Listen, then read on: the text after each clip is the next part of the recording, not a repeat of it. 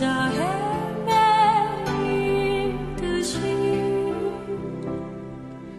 내 영혼 주를 찾기에 갈급하나이다.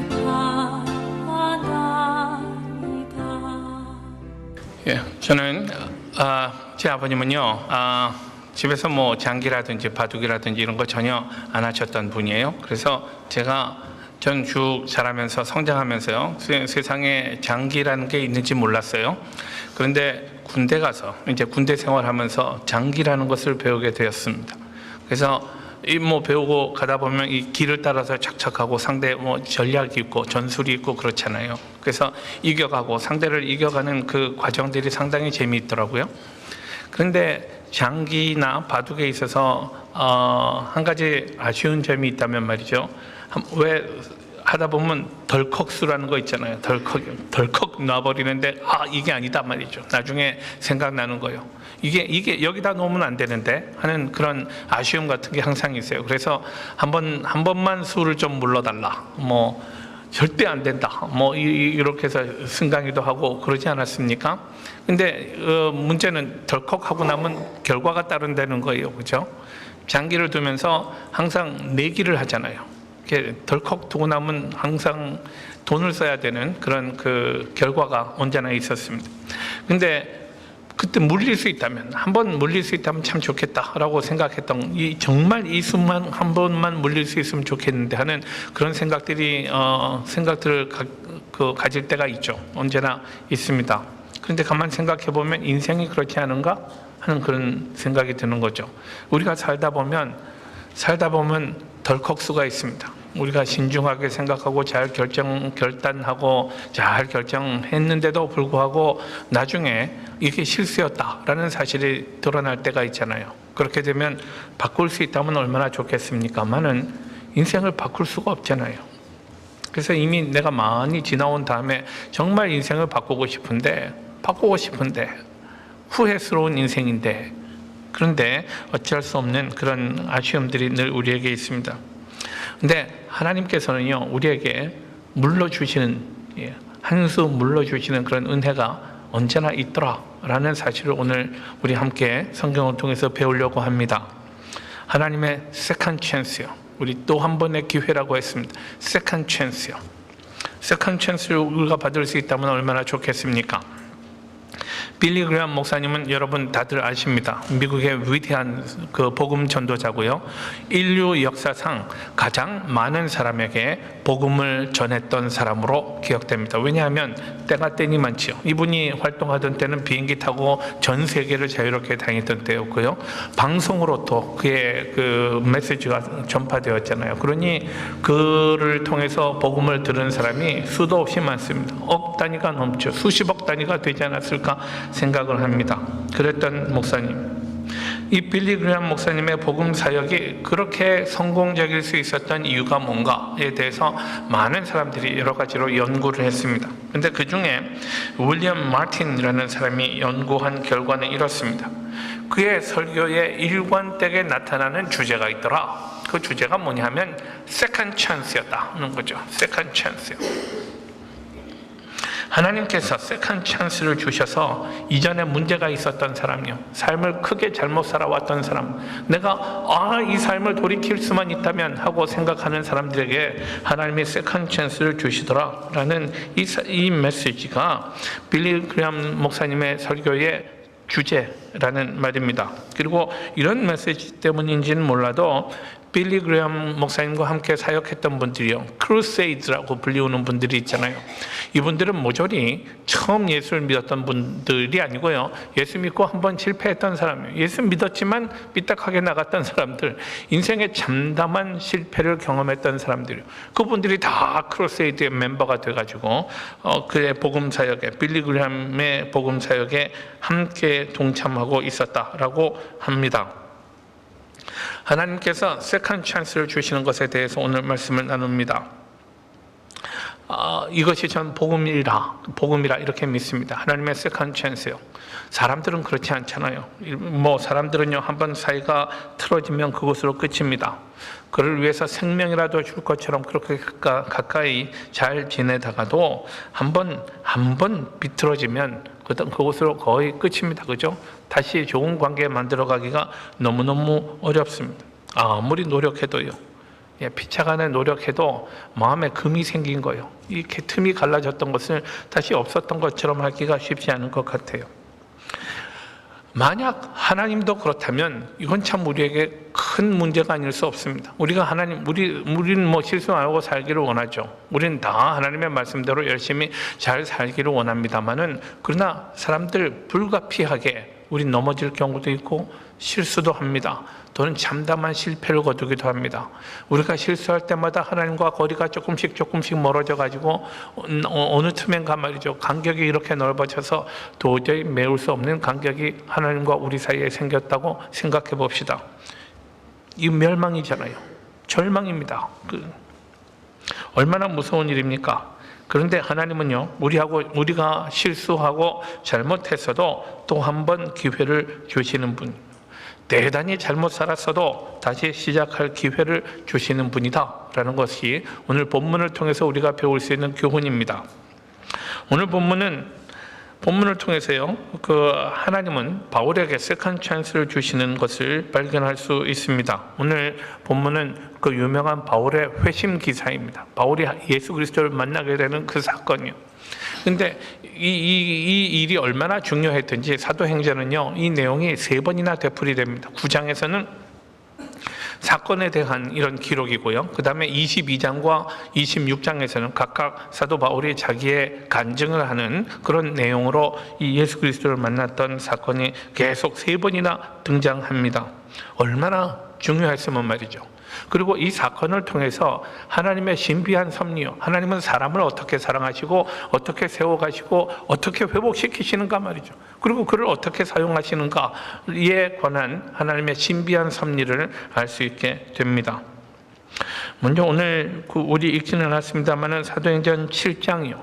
사도행전 7장에는요, 초대교회 최초의 7 집사가 있잖아요. 그 중에 한 사람 스데반이라는 분이 이제 공회에 잡혀가지고 공회에서 설교하는 장면이 나옵니다. 설교하고 그는 순교하죠. 그런 장면이 나오고 있습니다. 사도행전 7장이요. 그런데 그 전에요, 좀 사도행전은 누가 기록했는가요? 우리 보통 바울 얘기가 너무나 많이 나와가지고 바울의 일대기가 아닌가? 그렇다면 바울이 혹시 기록하지 않았는가? 다들 그렇게 생각하기 쉽습니다. 그런데 누가복음과 사도행전은요, 바울의 동역자였던 누가가 기록을 했습니다. 사도행전도 역시 누가가 기록했습니다. 그리고 사도행전에 사도 바울이 등장하는 것은요, 7장에 이르러서 처음 등장합니다. 7장 58절 보면 이제 스데반 집사를 사람들이 죽이는 장면입니다. 돌로 쳐서 그를 죽이는 장면이요. 성 밖으로 내치고 돌로 칠세 증인들이 옷을 벗어 사울이라 하는 청년의 발 앞에 두니라 그랬습니다. 여기 바울이 처음 등장합니다. 바울의 원래 이름이 사울입니다.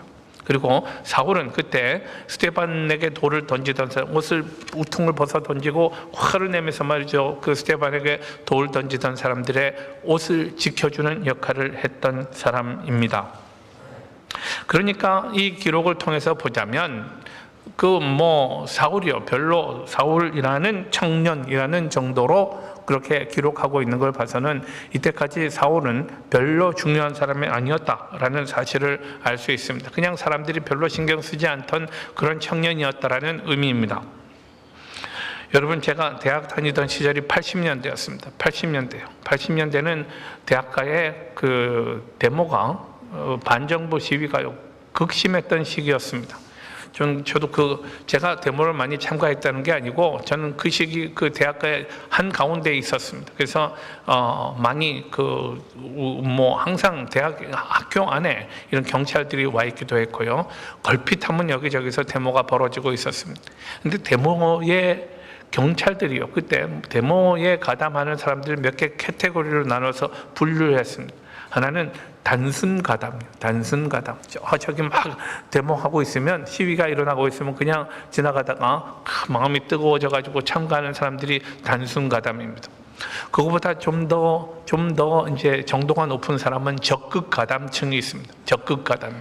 이 사람들은 시위가 벌어지는 현장에 미리 정보를 알고 그곳에 참여하는 사람, 조직적으로 참여하는 사람, 여기서 참여했다가 저기도 참여했다가 여기저기 나타나는 적극 가담층이 있습니다.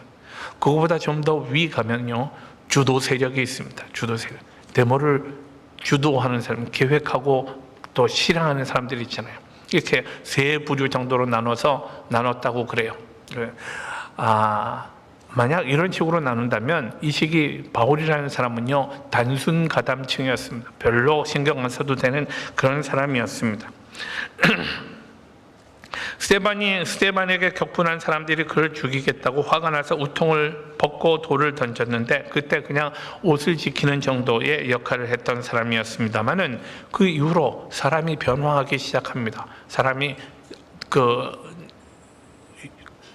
폭력적으로 점점 더 변화했던 것 같아요. 처음에는 요만큼만 하다가 그다음 점점 자라가는 거죠, 그 안에. 그래서 사도행전 8장 3절에 보면요, 사울이 교회를 잔멸할세 각 집에 들어간 남녀를 끌어다가 옥에 넘기니라 했습니다. 맨 처음에는 단순 가담했던 사람이 이젠 적극 가담층으로 점점 바뀌어가게 됩니다. 이제 사울은 예수 믿는 사람에 대해서 적개심을 품은 사람이 됩니다. 예수 믿는 사람이라면 내가 잡아 없애리라 라고 생각하는 사람이 되었습니다. 집 안에까지 들어가서 사람들을 잡아내다가 옥에 쳐넣는 그런 사람이 되었습니다. 이제 사울은 예수 믿는 사람들을 핍박하는데 자기의 정열과 힘을 쏟는 사람이 되었습니다. 단순히 저거 안 되는 사람들하고 욕하는 정도가 아니라 그들을 없애겠다고 생각하고 적극적으로 나서서 그들을 박해하는 그런 사람이 되었다라는 말입니다. 이렇게 해서 사도행전 9장에 이르게 되면요, 예수 믿는 사람들을 핍박하는 사울의 커리어가 절정에 이르게 됩니다. 그는 위협과 살기가 등등했다고 합니다. 예수 믿는 사람들 눈에 핏발이 서는 것 있잖아요. 벌겋게 되는 거예요. 그래서 예수 믿는 사람들은 모조리 없애겠다고 하는 사람이 되었습니다. 대제사장 찾아가가지고요, 그들에게 공문을 써달라고 부탁합니다. 자기 말하자면 면허증 같은 거요. 예수 믿는 사람들을 잡아다가 감옥에 넣을 수 있는 면허증을 자기에게 달라고 요구하고, 그런 권한을 마구 휘두르고자 했던 그런 단계에 있었습니다. 그는 이제 이 편지를 가지고 다메섹으로 찾아가던 길에서 오늘 본문의 사건이 일어납니다. 다메섹은요, 오늘날 시리아의 수도 다마스커스 있잖아요. 다마스커스의 옛말입니다. 우리가 다마스커스를 한국말로 옛날에 번역하기를 다메섹이라고 그렇게 번역을 했습니다. 그러니까 그는 지금 다메섹까지 찾아가서 예수 믿는 사람들을 모조리 잡아오리라. 내가 예수 믿는 사람을 만나기만 하면 그가 남자든지 여자든지 내가 개의치 않겠다라고 생각하고요, 그들을 감옥에 넣는 그 일을 자기 인생의 고울로 생각했던 사람입니다. 이때에 그를 표현하는 단어를 하나 고르라면 살기등등이 아니었겠나 생각합니다. 살기등등이요. 죽이겠다는 마음이 막 충만했다는 말입니다. 예수 믿는 사람들 죽여 없애고자 하는 그런 마음이요. 그는 지금 사람 죽이는 일에 이런 열심을 품었습니다. 기독교인들 잡아내겠다고 말이죠.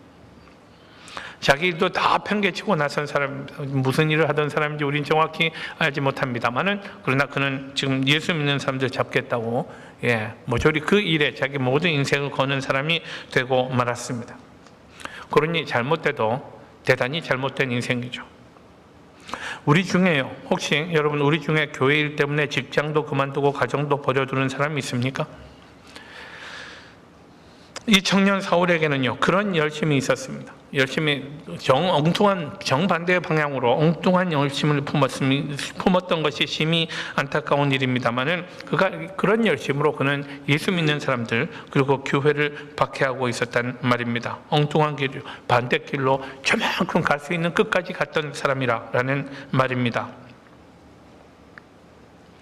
이런 상황에서 주께서 이제 바울의 삶에 개입하십니다. 정말 소망이 없고요. 내버려 두기조차 민망한 그런 너무나 잘못된 인생을 주님께서 바로 잡아 주시는 사건이 오늘 일어납니다. 주께서 그를 찾아가 주셨단 말이죠. 그리고 그를 만나십니다. 그리고 그를 이렇게 세우십니다. 자빠져 있는 그요, 우동성 멸망의 구덩이 속에서 말이죠, 허우적거리고 있는 그를 주님께서 잡아 이렇게 세우시는 장면입니다. 사울은 다메섹으로 가는 길에서 예수님을 만나는 경험을 합니다. 3절 4절 말씀입니다. 사울이 길을 가다가 다메섹에 가까이 이르더니 호련히 갑자기 하늘로부터 빛이 그를 둘러 비추는지라. 굉장히 강렬한 빛이었을 것으로 생각을 합니다. 왜냐하면 그가 이 빛을 보고 눈이 멀었기 때문에. 그러니 태양빛보다도 훨씬 강렬한 빛이었을 것으로 우리는 생각합니다. 땅에 엎드러져 들음의 소리가 있어 이르시되 사울아 사울아 내가 어찌하여 나를 박해하느냐 하시거늘. 주께서 그에게 직접 말씀하여 주십니다. 갑자기 하늘에서 강한 빛이 비추고 그는 이 빛에 깜짝 놀라서 땅에 엎드러집니다. 그때 빛 가운데서 그에게 직접 말씀하십니다. 예수께서요, 사울아 사울아 어찌하여 내가 나를 핍박하느냐. 사울은 처음 듣는 음성입니다만 이 음성은요, 사실은 누구의 음성인지 물어보지 않아도 알 수 있었습니다. 그리고 이 음성이 청년 사울의 모든 인생을 뒤바꾸고 말았습니다. 지금까지 사람들을 죽이면서까지 지키려고 했던 자기의 그 주장이요, 자기의 신념이 옳지 않았다는 사실을 그는 그 순간 알게 됩니다. 자기의 열심이 틀렸다고, 내가 믿던 일이 틀렸다라는 사실을 그는 알았습니다. 그 순간 그는 자기를 지탱해오던 모든 것들이, 자기의 세계관, 자기의 가치관, 자기의 인생의 거울들이, 이런 것들이 철저하게 무너지는 경험을 하게 됩니다. 여러분 생각해 보십시오. 내 모든 열정을 다 바쳐서 지켜오려고 하던 것, 믿어오던 것, 그게 엉터리였다는 사실을 깨달았을 때 그 인생이 얼마나 후회스러울까요? 바꿀 수 있다면, 이제 8절 9절 말씀은요, 그 이후에 예수께서요 그를 어떻게 수습하시는지를 보여주십니다.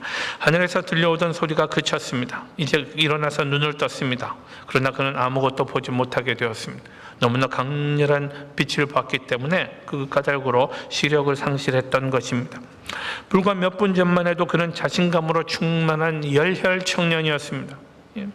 못할 일이 없는 사람이요, 자기가 옳다고 믿는 것을 위해서는 사람 죽이는 것까지라도 서슴지 않던 사람입니다. 사람들에 대한 위협과 살기로 눈에 핏발이 섰던 사람입니다. 그러나 그는 지금 자기 앞도 제대로 바라볼 수 없는 처지가 되고 말았습니다. 다른 사람에게 도움을 받지 않고선 한 발짝도 움직일 수 없는 사람이 되어버렸습니다.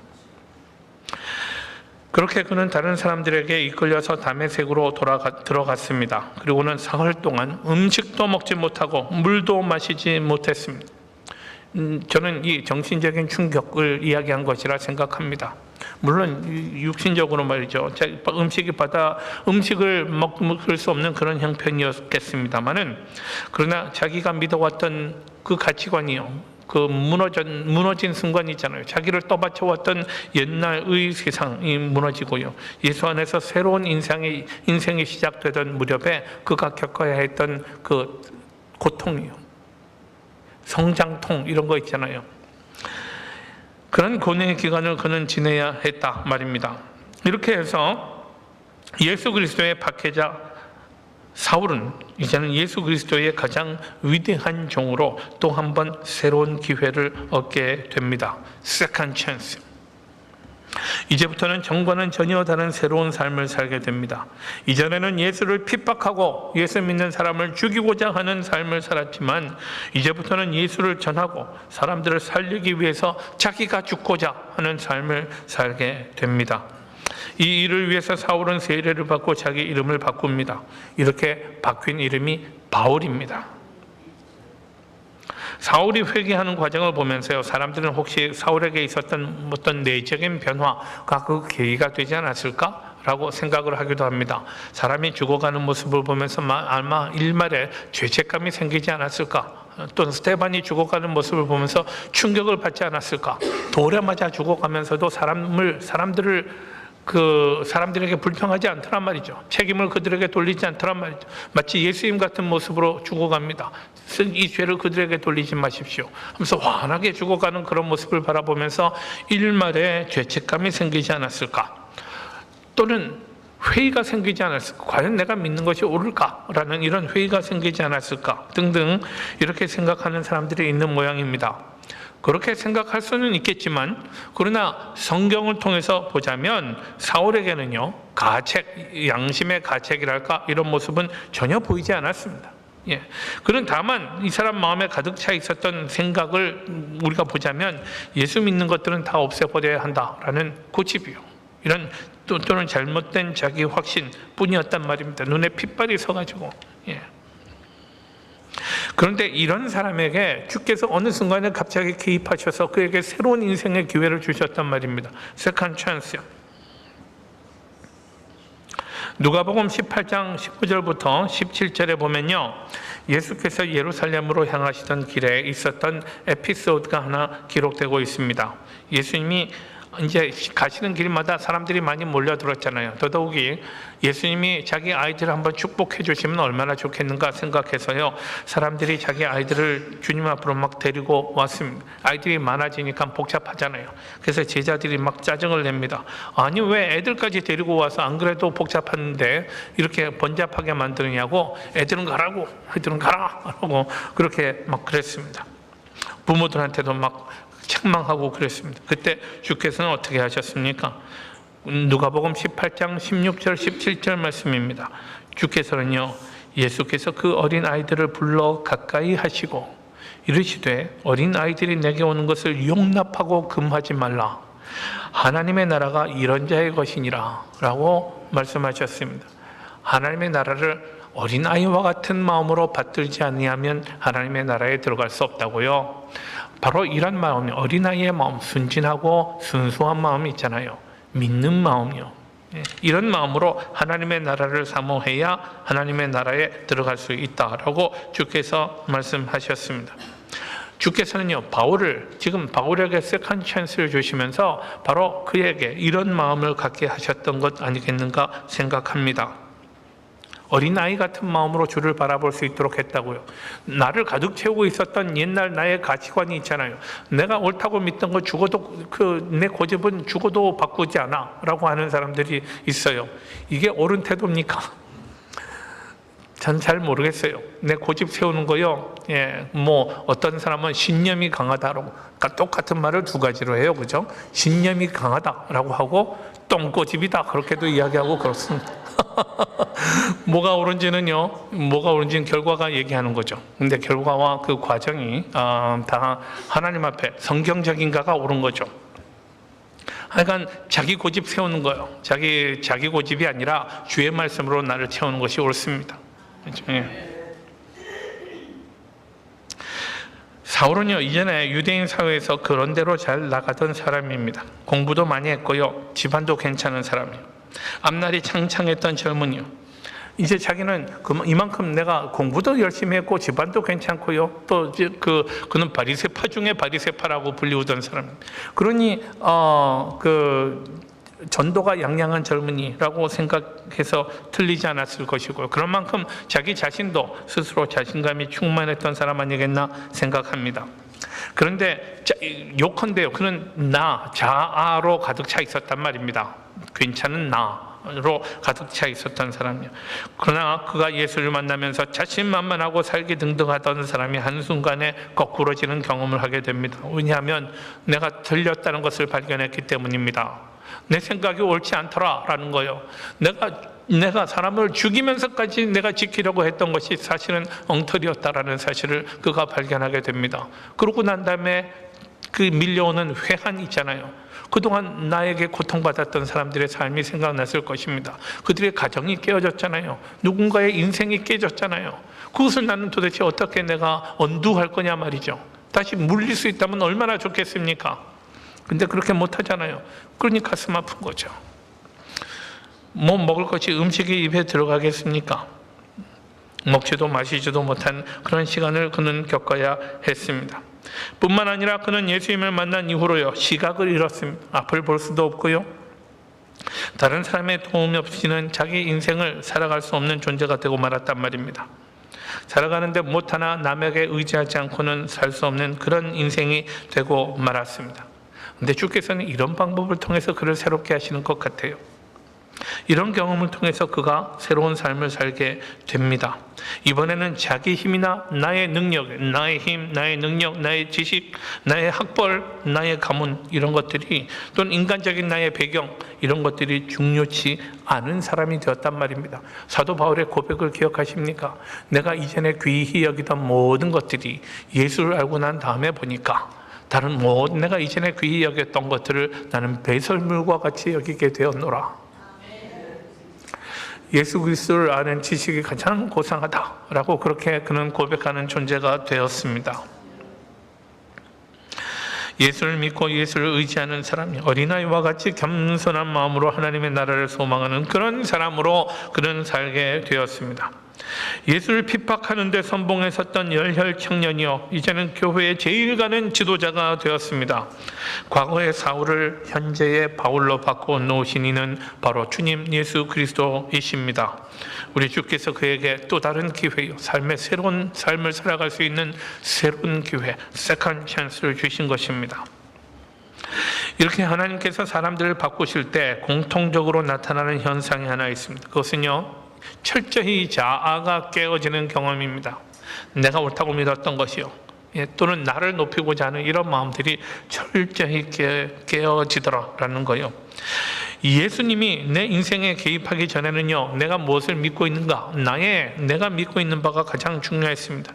이전에는 내 뜻대로 살고 누가 뭐라 해도 내 소신이 중요하고 나의 이익이 중요한 삶을 우린 살았습니다.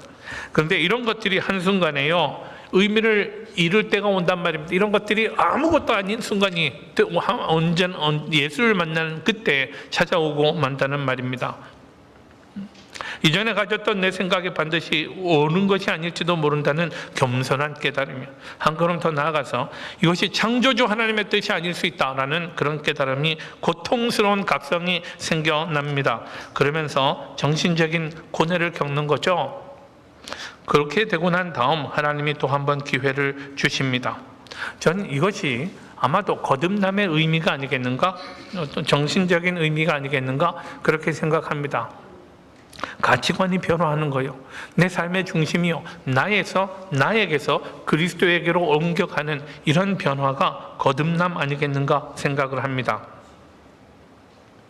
삶의 중심이 주께로 옮겨갔다는 말의 의미는 뭐냐면요, 내 삶의 목적이 달라졌다는 것입니다. 이전에는 내가요, 나를 높이는 삶을 살기를 원하고, 내가 편안한 삶이 살기를 원하고, 내가 뭔가 좀 권력이라 혹은 사회적인 지위를 누리는 삶을 살기를 원하는 그런 인생이었습니다만은, 그러나 그리스도 예수를 만나고 난 다음에 내 삶의 목적이 달라지고, 그 삶의 목적은요, 그리스도를 높이는 것이요, 그리스도를 높이기 위해서 내가 돈을 벌기를 원합니다. 그리스도를 높이기 위해서 내 인생을 쓰기를 원합니다. 내가 땀을 흘리고 힘을 쓰면서 노력하면서 말이죠, 자기 자신을 부인하면서 내 십자가를 지기까지 하면서 그리스도를 높이기 원하는 그런 삶을 살게 된다는 말입니다. 이것이 삶의 목적이 달라지는 것 아니겠습니까? 이제는 내 마음대로 내가 잘 사는 것이 행복이 아니라 주의 뜻을 이루며 사는 것이 행복인 것을 알게 됩니다. 내 뜻대로 잘 되는 것이 성공이 아니라 주께서 내게 주신 삶의 목적을 제대로 이루는 것, 이것이 삶의 진정한 성공이라는 것을 깨닫게 됩니다. 주님이 우리에게 기회를 주신 다음에 우리 삶에 이런 변화가 생겨나게 되는 것입니다. 요한복음 21장에는요, 부활하신 주께서 갈릴리 바다에서 제자들에게 나타나시는 장면이 있습니다. 떡과 생선을 구워서 제자들과 함께 주님이 드십니다. 그리고 나서 그는 베드로에게 특별히 말씀하십니다. 베드로를 지목해서 말씀하십니다. 베드로는 스스로가 부끄러워서요, 예수님 앞에 차마 고개를 들 수 없는 비참한 실패를 저질렀던 사람입니다. 예수님이 재판받으시던 때 그는요, 예수님을 부인했던 사람이잖아요. 예수님을 부인하는 정도에 그친 것이 아니라 3번이나 부인하는데요, 한 번씩 부인할 때마다 부인의 강도가 더해져서 마지막에는 예수를 저주하기까지 했다고 합니다. 그것도 사소한 여종 앞에서요. 여종이 당신도 예수와 함께 있지 않았습니까? 했을 때 아니라고 무슨 소리를 그렇게 하느냐고, 이 사람이 사람 잡으려고 그러나, 이렇게 부인하면서요 예수님을 저주하기까지 했던 사람, 그에게 주님은 말씀하십니다. 요한의 아들 시몬아, 내가 이 사람들보다 나를 더 사랑하느냐? 3번을 물으셨고요, 베드로는 3번을 주여 내가 주를 사랑하는 줄 주께서 아시나이다 3번을 대답합니다. 그래서 주께서는 그에게 3번이나 그래 그렇다면 내 양을 먹이라 라고 주님은 그를 새롭게 세워주십니다. 다시 세워주십니다. 이 일을 통해서요 베드로가 깨달았던 것은요, 이전에 베드로는요 요한복음 13장에 보면 예수님이 죽으시기 전에 다락방 강화, 다락방 강화의 내용 아닙니까? 그때 베드로는요, 주를 위하여 내 목숨을 버리겠나이다 라고 장담했던 사람입니다. 자기 입으로 큰 소리 뻥뻥 쳤던 사람입니다. 내 생각으로는 다 할 수 있을 것 같죠? 죽는 일이라도 내가 예수를 위해서라면 내가 죽기까지 하겠습니다 라고 큰 소리 쳤던 사람입니다. 그런데 막상 예수께서 잡히시고 고난당하는 자리에 서게 되었을 때에 자기가 내가 다 할 수 있을 것 같이 생각했는데요, 막상 그 자리에 오게 되니까 자기는 아무것도 못하더라 라는 사실을 깨닫게 됩니다. 자기 마음의 생각과는 달리 이상한 말이 튀어나간단 말이죠. 오히려 나는 마음으로는 주를 사랑하는데 입으로는 주를 부인하고 저주하는 말이 튀어나가더란 말입니다. 그 자리에서 그는 얼마나 자기의 사람 때문일까, 또는 자기의 자아가 얼마나 형편없는 존재인가를 깨닫게 되었을 것입니다. 우리 주님께서는 그런 고통을 겪었던 베드로에게 다시 나타나 그를 회복시켜 주셨습니다. 자기가 믿어야 할 존재는 자기 자신이 아니라 우리 주님의 능력인 것이요, 그것을 주님께서는 알게 하셨다 생각합니다. 그리고 그에게 또 다른 기회를 주셨잖아요.